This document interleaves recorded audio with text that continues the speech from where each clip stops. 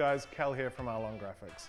Today's pro tip video is about improving your design mockups by adding some extra measurements for reference points. If you're a designer or you work with designers who already do this, that's awesome. If not, I highly recommend you start adding in a few bits of extra info. Your installers will thank you for it and it will save them time on the job as well. Let's say you have a full digital print wrap going on this Ford Mustang race car. The Arlon word spans across the side between the wheel arches here.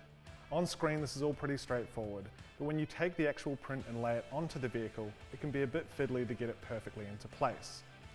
So while you have the artwork on screen, I find it really helps to grab a few extra measurements to help with the placement, and then add them into the mockup. This means that the installer can use these measurements and mark them out on the print while it's still on the bench.